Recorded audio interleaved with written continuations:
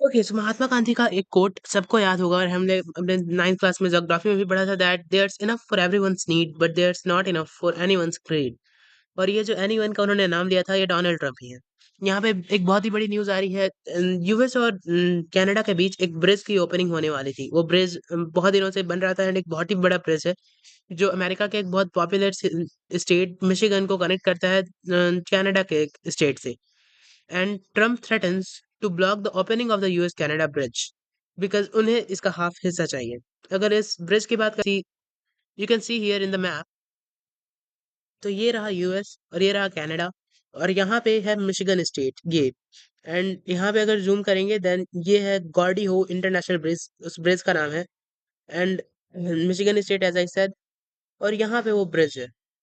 और इसी के ब्रिज को ओपनिंग को लेकर अभी डोनाल्ड ट्रम्प बहुत ही सारे प्रॉब्लम्स खड़े कर रहे हैं एंड रिलेटेड बहुत सी न्यूज आ रही है। As you can see here the bridge is here, ये है डेट्रॉइट रिवर के ऊपर और इसकी ओपनिंग हाल में ही होने वाली थी। पर उसके बाद फिर डोनाल्ड ट्रम्प का स्टेटमेंट आया है that we demand Canada share authority of the ownership of the new bridge connecting the two countries after a clear and direct call between Donald Trump and President Mark Carney.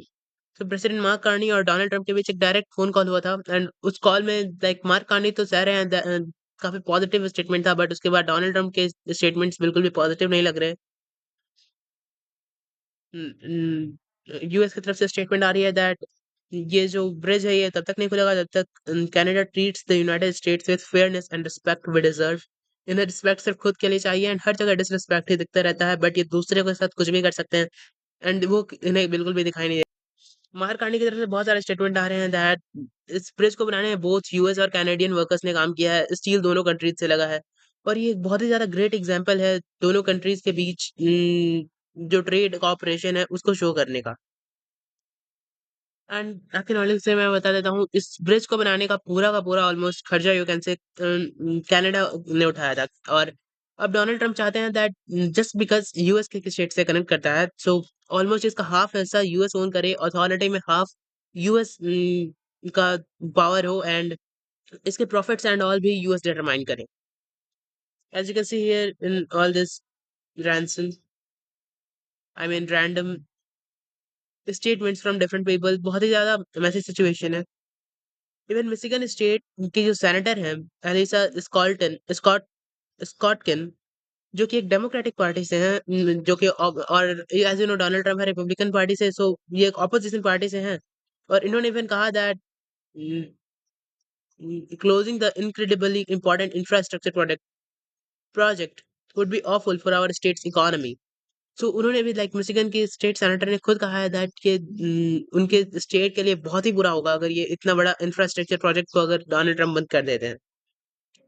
पर इसको लेकर Donald Trump को कौन समझाना चाहे। फिर Donald Trump तो Obama के ऊपर भी लाइक बराक ओबामा के ऊपर भी बहुत ज्यादा इल्जाम लगा रहे हैं दैट ये ओबामा की ही गलती है, दैट उन्होंने ये ब्रिज बनाने की परमिशन दे दी विदाउट ऐसा कोई डिमांड की है दैट इसमें यूनाइटेड स्टेट्स का स्टील यूज होना चाहिए एंड ऑल।